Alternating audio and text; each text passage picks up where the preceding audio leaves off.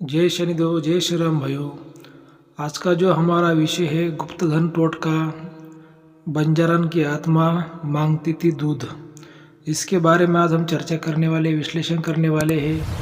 अगर आपने इस चैनल को सब्सक्राइब नहीं किया, सबसे पहले चैनल को सब्सक्राइब करिए, फॉलो करिए, लाइक करिए, शेयर करिए।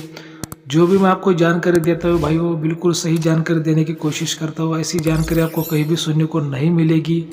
चैनल को फॉलो करिए, लाइक करिए, शेयर करिए। देखिए भाइयों, ये जो घटना है ये सत्य घटना है, लेकिन जो घटना घटित हुई है ये 1930 से लेकर 1935 के बीच में ये घटना घटित हुई है। और ये हमारे दादा गुरु के साथ में हुई हुई घटना है। दादा गुरु ने मेरे को उनके अंतिम समय में मेरे को बताई थी। वही घटना मैं आपके सामने रखने वाला हूँ। ठीक है, बहुत ही महत्वपूर्ण घटना है। इससे आपको बहुत ही सीखने को मिलेगा, बहुत सी जानकारी आपको इससे मिलेगी। वीडियो को पूरा देखना है, अंत तक देखना है, ध्यान से सुनना है। तो देखिए, आप सब लोग जानते हो कि जो गुप्तधन होते हैं, पहले ज़माने में बैंक लॉकर नहीं थे तो लोग क्या करते थे, जमीन के अंदर किसी संदक में, पेटी में, मटके में डालकर धन को रखते थे। और छोटा धन, मीडियम धन, बड़ा धन, जैसे उनको ज़रूरत गिरती थी वैसा धन को निकालते थे। उसको कहते हैं गुप्त धन। उसमें बहुत सी कीमती चीज़ें होती है, सोना, चांदी, डायमंड। उसको कहते हैं गुप्त धन, खजाना, माया उसको कहते हैं। अब एक ऐसी घटना है भाइयों, जो कम से कम 1930 के बीच में जो घटना घटित हुई थी हमारे दादा गुरु के शिष्य के साथ में। एक पुरुष शिष्य था हमारे दादा गुरु का। आप सब लोग जानते हैं कि जो हमारे दादा गुरु थे उनके महिला शिष्य और पुरुष शिष्य हुआ करते थे। गरीब भी हुआ करते थे, अमीर भी हुआ करते थे। ऐसा ही एक हमारे दादा गुरु का शिष्य था।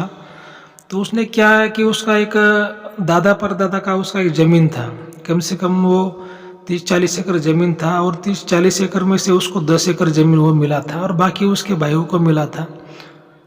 तो भाई वो क्या है कि उसके वो 10 एकड़ ज़मीन में एक छोटा सा एक माता का जो मंदिर था, वो जो अपना जो खेत का जो सीमा रहती है, जो बॉर्डर रहता है दोनों खेतों के बीच में, तो बॉर्डर पे एक छोटा सा माता का मंदिर था।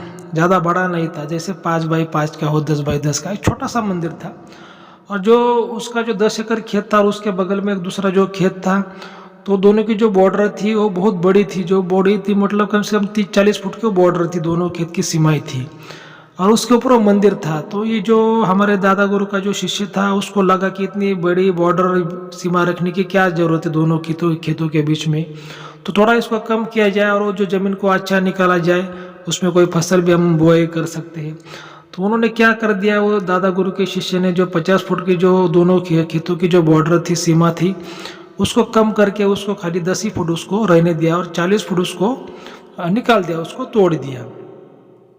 और फिर उसमें वो बुआई करने लगा। लेकिन जो 10 फुट में वो जो मंदिर फिर जो बचा था, तो नीचे की मिट्टी ढसल गई, और ढसल गए के कारण जो मंदिर है भाई वो गिर गया। ठीक है, अब कोई भी बात अगर टूट जाती है, गिर जाती है, तो दोबारा उसको बनाने को बहुत टाइम लगता है, जल्दी वो बन नहीं पाती है। वो गिर गया। अभी गिर गया तो फिर उसमें 2 महीने हो गए, 4 महीने हो गए, उसने तो फिर उससे वो मंदिर नहीं बनाया, वैसे वो टूटा मंदिर था। तो फिर एक दिन क्या हो गया भाई, ऐसे 4 महीने गए, 6 महीने गए, और जो चने की जो फसल की जो बुआई होती है जनवरी फरवरी के महीने में, सॉरी जो निकलता है, जो चना निकलता है जनवरी फरवरी के महीने में, तो फिर चना निकलने का समय आ गया। तो फिर रात में क्या करते हैं, जो सुअर होते हैं वो चने को खराब कर देते हैं, फसल को। तो ये जो रात में फिर उनकी रक्षा के लिए, खेत की रक्षा के लिए जो दादा गुरु का शिष्य था उसके खेत में चला गया। और रात के समय में वो सुअर ना आ जाए, कोई जंगली प्राणी ना आ जाए, तो उसने क्या कर लिया कि आग को जला लिया। और फिर वो आग के सामने बैठ गया। जो खेत में जो कुछ कुछ होता है, जो तुअर का, कपास की जो कुछ लकड़ियाँ होती है, जो फसल की जो कुछ अवशेष होते हैं तुअर के, कपास के, तो आग में वो ऐसा डाल रहा था और वो ऐसा आग को जला रहा था। तो फिर उसको ऐसे बच्चे की रोने की उसको आवाज़ आ गई। तो बच्चों को रोने की आवाज़ आ गई, तो उसको लगा कि भाई कौन रो रहा है इतने अंधेरे में, रात के 11-12 बजे, किसकी आवाज़ है। तो फिर ऐसा उठकर आजू बाजू देखने लगा, तो उसको तो कोई दिखा नहीं। ठीक है, दिखा नहीं। और फिर से वो उसकी आग के पास में आकर वो बैठ गया। तो उसने देखा कि जो आग पहले कम थी, अभी आग ज़्यादा बढ़ गई है।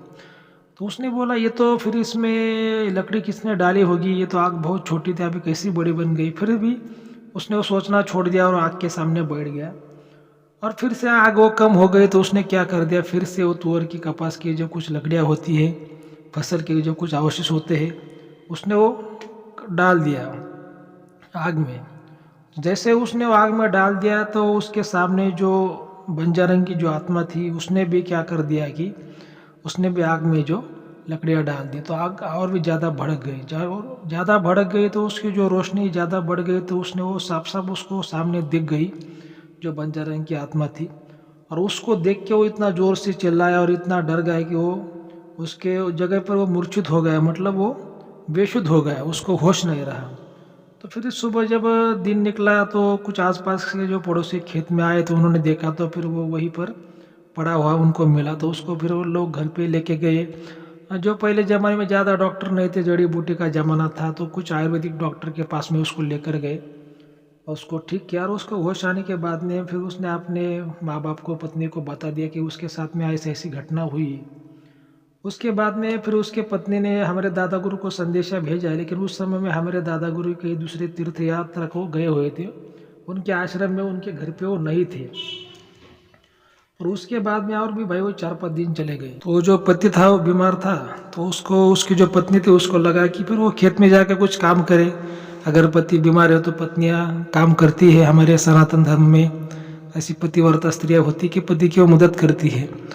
तो फिर वो खेत में काम करने को उसकी पत्नी गई। आजू बाजू के खेत में भी लोग थे, वहाँ पे काम कर रहे थे। इसको लगा भाई कोई डर नहीं, चलो ये अकेली चली गई काम करने को। दोपहर के 12 बजे जब वो एक झाड़ के, उसके खेत में झाड़ था, उसके नीचे बैठ गई और खाना खा रही थी, तो उसको पेड़ के ऊपर उससे एक बच्चे के रोने की आवाज़ आ गई। तो उसने ऐसा खाना खाते खाते उसने ऐसा ऊपर देख लिया, तो उसको जो बंजारन की आत्मा थी, एक बच्चे के, उसके हाथ में छोटा सा बच्चा था, उसको बंजारन की आत्मा दिख गई।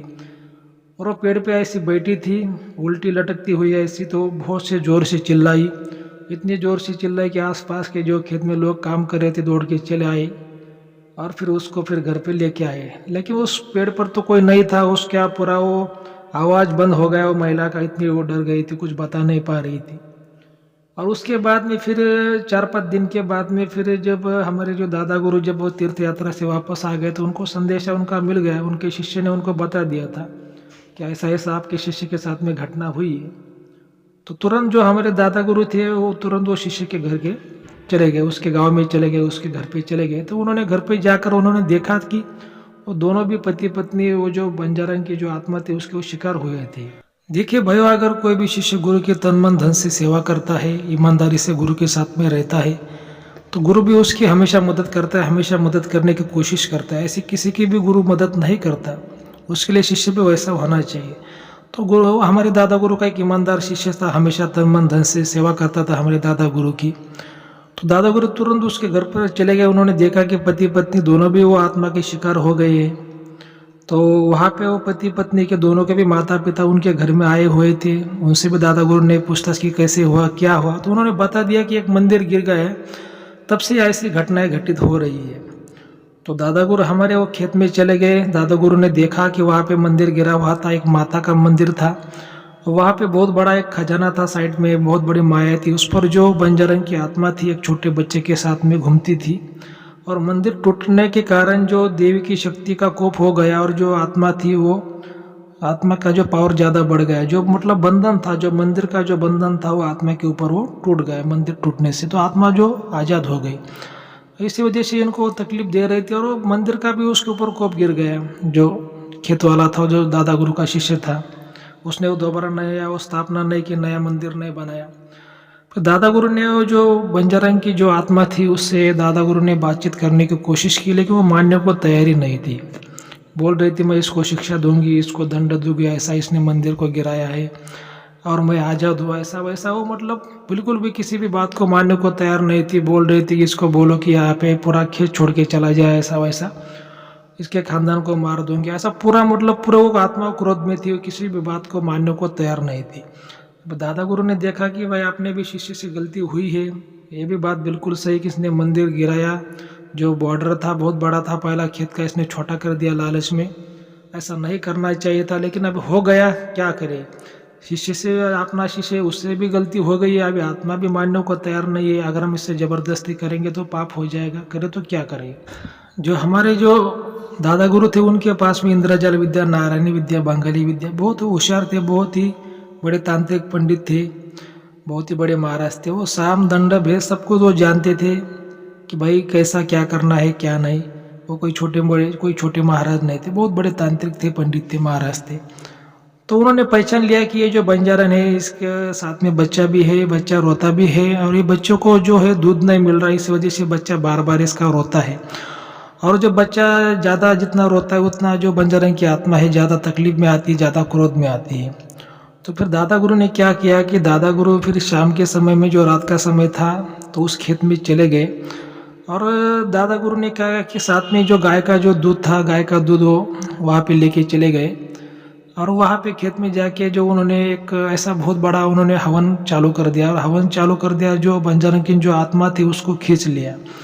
और जैसे वो बंजारन की जो आत्मा खींचकर हवन के पास में बैठ गया अपने बच्चों को लेकर, तो दादा गुरु ने क्या कर दिया, उसका वो बच्चा रो रहा था और हमेशा वो रोता ही रहता था। फिर दादा गुरु ने जो दूध था उसके बच्चे के सामने रख दिया, और वो उसका जो बच्चा था उसने वो दूध पीना चालू कर दिया। और जैसे उसने वो बच्चे ने दूध पिया तो बच्चा फिर दूध पीने के बाद में इतना खुश हो गया और वो हंसने लगा, बहुत ज़ोर ज़ोर से हंसने लगा। तो अगर बच्चा खुश हो जाता है, बच्चा हंसता है, तो फिर माँ को भी अच्छा लगता है, माँ भी खुश हो जाती है। तो जो बंजारन की आत्मा थी वो भी खुश हो गई, और इतनी खुश हो गई कि फिर वो दादा गुरु को बोलने लगी, गुरुजी आप जैसे बोलेंगे वैसा मैं करूँगी, मेरा बच्चा खुश हो गया तो मैं भी खुश हो गई, आपकी क्या आज्ञा है बोलिए। तो फिर दादा गुरु ने उसको कहा कि ये मंदिर फिर से बनाया जाएगा, फिलहाल के लिए तुम कैद हो जाओ और तुम थोड़ी शांति रखो, तुम्हारे धन को, खजाने को, माया को कोई भी नहीं निकालेगा, वैसा ही रहेगा और मंदिर भी बनाया जाएगा। और फिर दादा गुरु ने उस आत्मा को कैद कर लिया और कैद करके उसका बंधन कर दिया। तो ऐसी बातें होती है भाइयों, गुरु करना चाहिए, गुरु के सानिध्य में रहना चाहिए। गुरु भी ऐसा होना चाहिए कि जिसके पास में इंद्रजाल विद्या, नारायणी विद्या हो, वो सही आपको ज्ञान दे सके, हमेशा आपकी रक्षा कर सके। लेकिन शिष्य भी वैसा ईमानदार होना चाहिए, ऐसा किसी को भी शिष्य नहीं करते, ऐसे गुरु जल्दी मिलते भी नहीं, अगर मिल भी गए तो वो किसी को शिष्य भी जल्दी नहीं करते, क्योंकि बहुत ही ईमानदार शिष्य होना पड़ता है ऐसे गुरु को पाने के लिए। तो ऐसी बातें होती है भाइयों। अगर आपको आज का वीडियो अच्छा लगा तो अपने चैनल को सब्सक्राइब करिए, लाइक करिए, शेयर करिए। जय श्री हिंद, जय श्री राम।